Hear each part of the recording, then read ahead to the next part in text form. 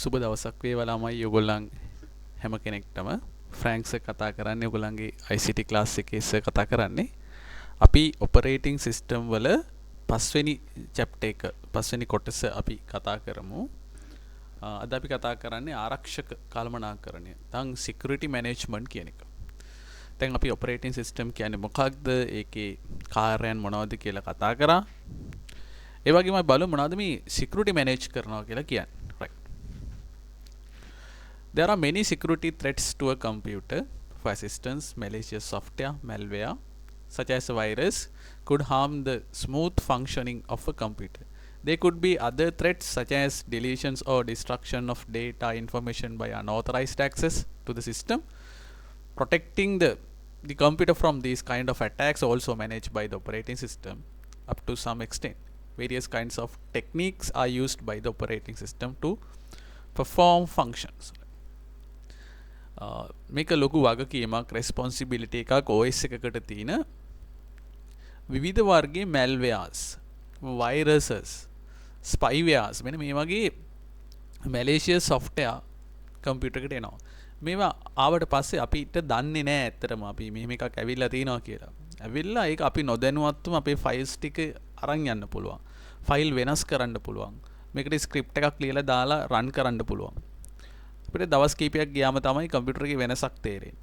එතකොට මේ නිතරම අපි ඉන්ටර්නෙට් එකට යනවා නම් ඊමේල්ස් වලින් වෙන්න පුළුවන්, ඉන්ටර්නෙට් එකකින් වෙන්න පුළුවන්, එහෙම නැත්නම් පෙන් ඩ්‍රයිව් එකකින් වෙන්න පුළුවන්.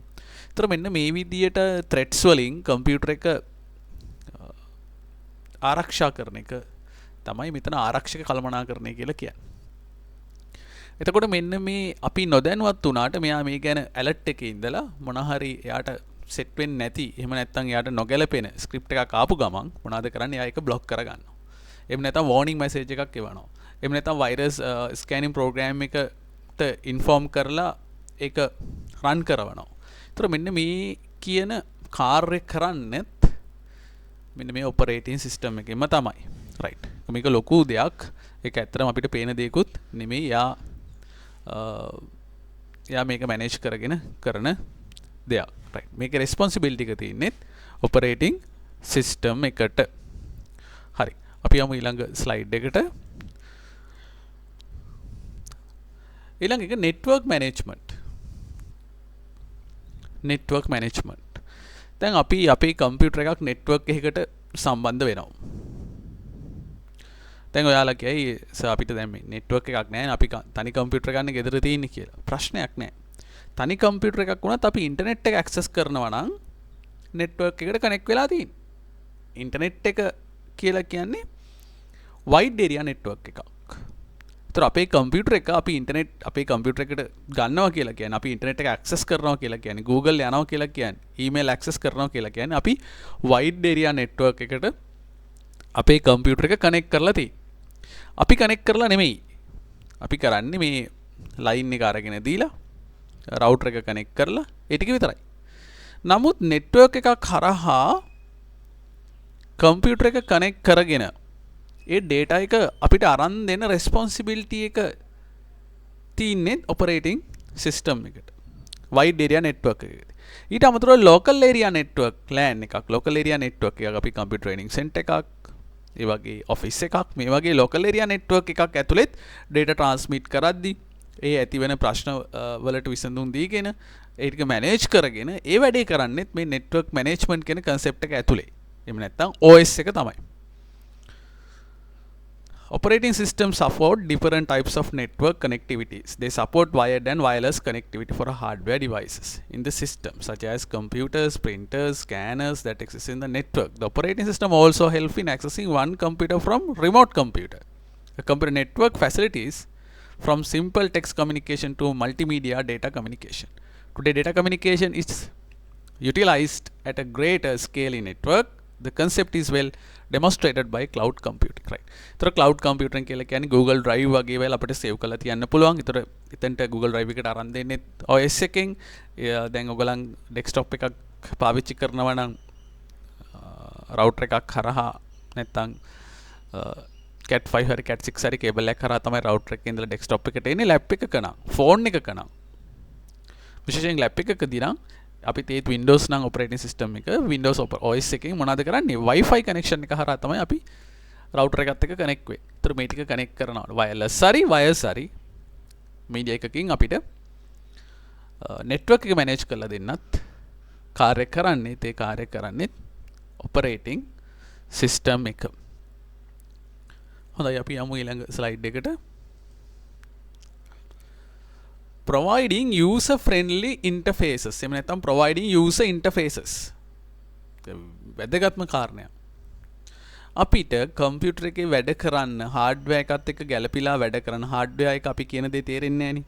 ඒ ටිකට පණ අරන් දෙන්නේ. වැඩ කර හැකි තත්ත්වයටපත් කරලා දෙන්නේ OS එක. එතකොට අපි මේ මොනිටර් එකේ පේන්න තියෙනවා කීබෝඩ් එක තියෙනවා මවුස් එක තියෙනවා මේවල වැඩ කරද්දී අපි මොනවද ඇතුළේද වැඩ කරන්නේ දැන් පොතක නම් පෑන් එකකින් ලියද්දී පොතේ කොළවල තමයි අපි වැඩ කරන්නේ මෙන්න මේ කම්පියුටර් එකක වැඩ කරන්නේ ඉන්ටර්ෆේස් එකේ අපිට පේන තියෙන මුහුණතේ මෙන්න මේ මුහුණත් ටික නැත්නම් ඉන්ටර්ෆේසස් අපේ ස්ක්‍රීන් එකට අරගෙන දෙන්නේ කවුද OS එක මේ ස්ක්‍රීන් වර්ග දෙකක් තියෙනවා එකක් තමයි command line interface එක අනිත් එක තමයි graphical user interface එක අපිට සාමාන්‍යයෙන් OS එකකින් අරගෙන දෙන නැත්නම් ප්‍රධාන වශයෙන් මේ ඉන්ටර්ෆේසස් වර්ග දෙකකට බෙදෙනවා CLI සහ GUI කියලා. command line interface, graphical user interface කියන. දැන් ඇත්තටම අපි පාවිච්චි කරන්නේ Windows වල. Windows නේ අපි පාවිච්චි කරන්නේ මොන version එක වුණත් ඒක 7 වුණත් 10 වුණත් 12 වුණත් XP වුණත් මොන version එක වුණත් මේ හැම version එකකම අපි පාවිච්චි කරන්නේ අද වර්තමානයේ ඔයාලා අපි පාවිච්චි කරන මේ single user computers වල තියෙන්නේ graphical user interface එකක් graphics පදනම් කරගෙන තමයි මේක හැදිලා තියෙන්නේ graphics පින්තූර රූප icon mouse එක arrow එකක් අපිට පේන්න මොන හරි දෙයක් තියෙනවා graphic එකක් පේන්න තියෙනවා මොකද graphic එකක් අපිට identify කරගන්න ලේසි දැක්කම දැන් මගේ photo එක දැක්කම දන්නවා අපි Franks කියලා නේද නැත්නම් අපි කොච්චර විස්තර කරත් මාව දැකලා නැත්නම් මේ වගේ කෙනෙක් කියලා අපිට හරි අදහසක් ගන්න හම්බ වෙන්නේ නැහැ. ඊට වඩා ලේසියෙන් දෙයක් හරියටම දැනගන්න පුළුවන් graphic එක පේන්න තියෙනවනම් photo එක පේන්න තියෙනවනම් right. ඒක තමයි graphical user කියලා කියන්නේ. command line interface කියලා කියන්නේ ඊට කලින් operating system එකක් Microsoft ලගේ DOS කියලා disk operating system කියන එක. මේකේ තියෙන command line එකක්. මොකද command line එකක් කියලා කියන්නේ. command line එකක් කියන්නේ මෙන්න මේ වගේ තියෙන screen එකේ මම ඔයගොල්ලන්ට දැන් දාලා පෙන්නන්නම්. මෙන්න මේ වගේ ස්ක්‍රීන් එකක් තමයි තියෙන්නේ මේකේ අපි කමාන්ඩ් එක ටයිප් කරන්න ඕනේ. දැන් ඔබට පේනවා මේ C වල user youth කියලා තියෙනවා. mouse එක access කරන්න බෑ. මම මේකේ කමාන්ඩ් එකක් ටයිප් කරනවා cd double dot කියලා. enter. directory එක change වෙනවා. මම මෙතන dir කියලා කමාන්ඩ් එකක් පාවිච්චි වෙනවා. කම්පියුටර් එකේ youth කියන folder එකේ තියෙන 0 files නෑලු directories 4ක් තියෙනවා. කියන්නේ folders DOS වල directories dir directories කියලා කියන්නේ Windows වල folders කියන එක. ඒතර මෙන්න මේ විදිහට අපි command එක type කරන්න ඕන mouse එක පාවිච්චි වෙන්නේ නැතුව. මේක ටිකක් අමාරු වැඩක්. command එක වැරදුනොත් action එකක් ගන්න නැහැ. එහෙම නැත්නම් හරියට හරි විධානයක් දුන්නේ නැත්නම් අපිට අවශ්‍ය දේ වෙන්නේ නැහැ. අන්න ඒ වගේ OS එකක් තමයි CLI කියලා කියන්නේ. command line interface එකක් මේ command එක type කරන්න ඕනේ මේ line එකේ. මෙතන කලින් තිබුණ OS එක DOS කියන OS එක මෙන්න මේ command line interface එකක් තියෙන operating system එකක්. right. Linux Unix වගේ ඒවත් තියෙනවා මේ වගේ OS. දැන් මම මේක exit කියලා type කරලා enter කරාම තමයි command line එකෙන් අයින් වුනේ. හරි දැන් ඔබට තේරෙනවා CLI කියන්නේ මොකක්ද? GUI කියන්නේ මොකක්ද කියන එක. right. මෙතනත් වැඩිපුර පැහැදිලි කිරීමක් තියෙනවා. විධාන පේලි අතුරු මුහුණත් සහිත මෙහෙයුම් පද්ධති. command line interface. This kind of interface was used by all the operating systems of the early days. This interface had a prompt where the commands are keyed in using a keyboard. In using command line interface, the correct syntax has to be used. cursor එක තම prompt එක අර C එකයි double dot එකයි slash එකයි තියෙන කොටසට අපිට කියනවා prompt එක කියලා. ඒකට කියන්නේ DOS prompt එක කියලා. ඊළඟට අපි ගත්තොත් එහෙම GUI graphical user interface එකේ graphics පාවිච්චි වෙන්නේ. Almost all the present day operating systems use graphics on their interfaces. This GUI provides the ability to use the mouse of fingertips to navigate the commands. Therefore, it has become much easier to interact with the computers today. Graphics නැත්නම් චිත්‍ර පාදනම් කරගෙන තමයි මේ OS එක හැදිලා තියෙන්නේ. right. OS එක හැදිලා තින්නේ මෙන්න මේ පහත දැක්වෙන කාරණා ටික එකහුව වෙලා. අපි බලමු මොනවද මේ graphical user interface වලට අයිති වෙන්නේ කියලා. right. Windows කියන OS එක හැදිලා තින්නේ මේ WIMP කියන facility එකෙන්. WIMP කෙටියෙන් අපි කියනවා WIMP facility කියලා. Creating a friendly environment using for key components in creating operating system with graphical user interface within bracket GUI. Those 4 components are abbreviated as WIMP. What does WIMP means? What do you mean WIMPs? WIMPs එකේ මොනවද අදහස් කරන්නේ? W කියන්නේ Windows, I කියන්නේ icons, M කියන්නේ menus, P කියන්නේ pointer, mouse එකේ point එක. Windows කියලා කියන්නේ මොන හරි දෙයක් open කරාම window එකකින් පෙන්වන්නේ. frame එකකින්. ඒකයි Windows. icon වලින් හැදිලා තියෙන ඔබ දන්නවා my computer recycle bin ඕනාරි software එකක් පොඩි icon එකක් තියෙන එක double click කරලා තමයි අපි software එක open කරගන්නේ. ඒකට කියන icon එක. menu එකක්. list එකක්. දැන් start button එක click කරාම උඩට list එකක් එන්නේ menu එකක්. list එකක්. මෙන්න මේක තමයි menu එක. mouse එක වෙනුවෙන් appear වෙන screen එකේ තියෙන arrow එකට අපි කියනවා point එක. එහෙනම් මේ WIMP කියන facility එකෙන් තමයි Windows කියන operating system එක හැදිලා තියෙන්නේ. මේක ඒක නිසා අපි කියනවා graphical user interface එකක් කියලා. විභාගයේදී ඔයගොල්ලන්ට MCQ question එකක් දැන් MCQ එකක් අහන්න පුළුවන්. what do you mean WIMP නැත්නම් select කරන්න WIMP කියන්නේ මොකක්ද කියලා meaning එක මේ අනික answers වලින් මොකක්ද හරි answer එක මොකක්ද කියලා තෝරන්න කියන එක මේ වගේ අහන්න පුළුවන්. අහලත් තිනවා. හරි. අපි යමු ඊළඟ slide එකට. right. මේක ගොඩක් වැදගත් කොටසක්. මෙහෙයුම් පද්ධති වල පවතින උපයෝගීතා වැඩසටහන්. utility programs available on operating system. මොනවාද මේ utility programs කියලා කියන්නේ? What is the significance of existing utility programs in operating system? මොනවාද මේකෙන් වෙන්නේ? පරිගණකයේ සුමට ක්‍රියාකාරීත්වය පවත්වාගෙන යෑම. සමහර අවස්ථාවලදී ඇතිවන උපද්‍රව වලින් පරිගණකය ආරක්ෂා කර ගැනීම. right. දැන් ළමයි අපි සාමාන්‍යයෙන් නේද අපි මිනිස්සු විදියට අපි ගත්තොත් එහෙම අපි මොනවද කරන්නේ? අසනීපයක් වුණොත් බෙහෙත් බොනවා. උදේට කන්න ඕනි, දවල්ට කන්න ඕනි, රැයට කන්න ඕනි, ඊට අමතරව තේ එකක් බොන්න ඕනි, නිදා ගන්න ඕනි. අපි ලෝකෙට මොනතරම් සේවයක් කරත් මොන දේ කරත් අපි අපේ මූලික අවශ්‍යතා ටිකක් තියෙනවා. මේ ටික ඉෂ්ට කරගන්න ඕනි. නේද? හරි ප්‍රමාණවත් නිින්දක් හම්බෙන්න ඕනි. නැත්නම් අපිට හරියට වැඩ කරන්න බෑ. බඩගිනි නම් අපිට හරියට වැඩ කරන්න බෑ. වැඩක් කරගන්න බෑ. නිදිමත නම් ඒක කරන්න බෑ හරියට. මහන්සි නම් ඒක කරගන්න බෑ. ඒතර මෙන්න මේ නිසා අපි මහන්සි නම් පොඩක් විවේක ගන්නවා. බඩගිනි නම් කෑම කනවා. නිදිමත නම් තේ එකක් කෝපි එකක් බොන්න පුළුවන්. නේද? ඒතර මෙන්න මේ වගේ කම්පියුටර් එකේ ස්මූත්ලි රන් වෙන්න. ස්මූත්ලි මේ වැඩේ කරගෙන යන්න. softly. ටිකක් කරදරයකින් නැතුව මේක කරගෙන යන්නේ කොහොමද? මෙතනත් එහෙමයි. මෙතනත් මේ කම්පියුටර් එකේ වැඩ කරනකොට කැෂ් ෆයිල්ස් හැදෙනවා, වෛරසස් එනවා, ස්ලෝ වෙනවා. අනවශ්‍ය ෆයිල්ස් අපි අයින් කරන්න ඕනි. මේ වගේ ටිකක් මේක මේන්ටේන් කරන්න ඕනේ. ඒතර මේ කම්පියුටර් එක පොඩ්ඩක් මේන්ටේන් කරද්දි මේක පොඩ්ඩක් නෙමෙයි ලොකු වැඩ කොටසක්. මේන්ටේන් කරද්දි අපි ඒක අතින් අල්ලලා මේක කරන්න බෑනේ. මේ සඳහා පුංචි softwares ටිකක් පාවිච්චි කරනවා. OS එකේම සමහර ඒවා තියෙනවා. operating system එක ඇතුළේම. මෙන්න මේකට අපි කියනවා මෙන්න මේ softwares වලට අපි කියනවා utility programs කියලා. මේවට කියනවා utility programs කියලා. right. Maintaining smooth operation of the computer, protecting your computer from the harm in some causes.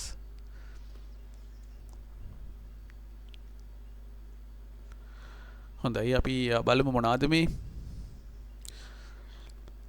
පරිගණකවල භාවිතා වෙන ප්‍රයෝගීතා වැඩසටහන් කීපයක් පහත වේ. ඒවයි කාර්යයන් ලියා දක්වන්න. Below are some of the utility programs used in computers. Write down their functions. Backup software. Backups ගන්න. Windows වලත් backup software එකක් තියෙනවා. අපි එදිනෙදා කරන වැඩ CD එකකට pen drive එකකට backup කරලා තියන්න පුළුවන්. මොකද අදීසියවත් මොනාරි virus ප්‍රශ්නයක් ආවොත් එහෙම නැත්නම් hard disk එකේ bad sector එකක් ඇවිල්ලා damage වෙලා hard disk එක පාර on වෙන්නේ නැතුව ගියොත් අපි backups වලින් තමයි වෙන hard disk එකක් replace කරලා computer හැදුවට පස්සේ අපි අර තියෙන backup එක දාලා ආයි අපේ තියවිච්ච files ටික ගන්නවා. disk scan කරනවා.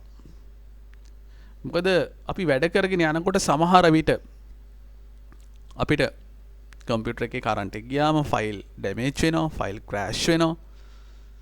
ඒතර මෙන්න මේ වගේ වෙලාවට ඩිස්ක් ස්කෑනර් කියන software එක පාවිච්චි කරලා අපිට ඩිස්ක් එක ස්කෑන් කරන්න පුළුවන්. ඒකත් Windows වල තියෙනවා. To check the errors in hard disk. hard disk එකේ තියෙන මේ hardware errors හදන්න නම් අමාරුයි මේකෙන්. software වල කරන්ට් එක ගියාම ෆයිල් කරප්ට් වෙන වගේ පුංචි software වල වෙන damages හදන්න තමයි මේ disk scan එක පාවිච්චි කරන්නේ. ඊළඟට disk defragmentation. සිංහල වචන නම් හරි අමාරුයි කියන්නේ. තැටි ප්‍රතිභාගීකරණය මතක තියාගන්නත් අමාරුයි. එහෙම ඕනේ exam එකේදී backup software, disk scanner, disk cleaner නැත්නම් disk defragmentation මේ වගේ අපිට ලියන්න පුළුවන්. කිසි ගැටලුවක් නැහැ. ඔයගොල්ලන්ගේ paper එකේ within brackets පෙන්නලා තියෙනවා English word එකත් මොකද්ද කියලා. කිසි ගැටලුවක් නැහැ. ඉංග්‍රීසි වචනේ පාවිච්චි කරා කියලා worry වෙන්න එපා. අපි disk defragmentations කියලා කියන්නේ ඇතරම මේ එකම ෆයිල් එකේ hard disk එකේ අපිට ෆයිල් එකක් සේව් කරද්දී එක ෆයිල් එකේ එක කොටසක් hard disk එක තැනක ඉතුරු කොටස තව තැනක සේව් වෙන්න පුළුවන්. එහෙම තමයි වෙන්නේ. මේ disk defragment එකෙන් වෙන්නේ අර තැන් වල තියෙන එකම ෆයිල් එකේ කොටස් එක තැනකට ඇදලා දෙනවා. ඒතර පොඩ්ඩක් අපි ඕපන් කරාම ෆයිල් එක ඉක්මනට ඕපන් වෙනවා. right? මේක ඒ වගේ දෙයක්.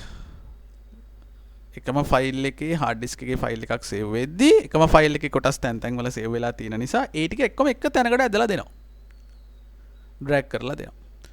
Organizing the hard disk by retrieving clusters of small spaces together and creating a large free space. This increase the efficiency of the hard disk. Right. ඒ වගේ දෙයක් තමයි මේ disk defragmentation කියන utility software එකෙන් කරන්නේ.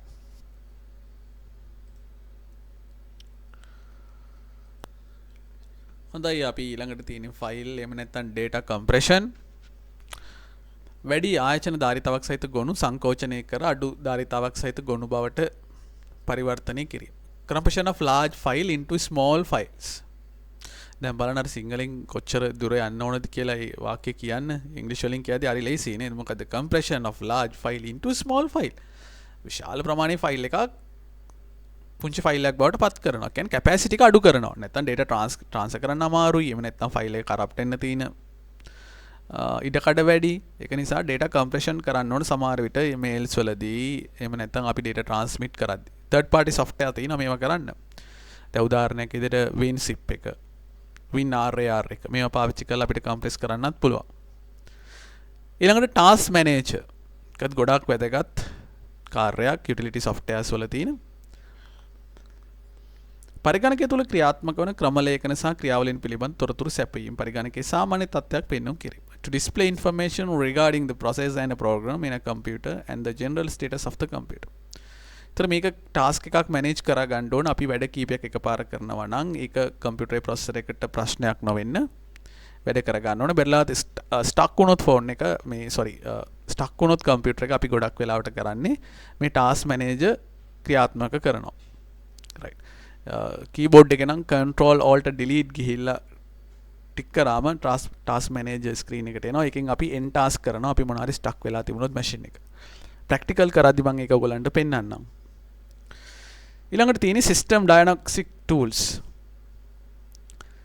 To monitor errors in hardware and software of a computer or network of computers and diagnosis of system errors. පරිගණක හෝ පරිගණක ජාලය ඇති මෘදුකාංග හා ධෘණාංගවල දෝෂ හඳුන ගන්නවා. ඒතර proper working වෙන්නේ නැත්නම් software එක හරි hardware එක හරියට එයා malfunctions නැත්නම් අපිට error message එකක් එවනවා. මේක හරියට වැඩ කරන්නේ නැහැ. memory එක මදි. memory එක increase කරන්න ඊළඟට මේ අපි හිතමු මොනවා හරි computer game එකක් මේ ප්ලේ කරනවා නම් ඒ ගේම් එකට DirectX කියන software එක නැහැ. ඒක නිසා ඒක ප්ලේ කරන්න බෑ. DirectX software එක install කරන්න කියලා messages එනවා. warning messages එනවා. right? එතකොට මෙන්න මේවත් අයිති වෙන්නේ මේ utility softwares ගණයට. මේකත් OS එකෙන්ම තමයි කරන්නේ. utility softwares හරහා තමයි මේ වැඩේ manage කරන්නේ.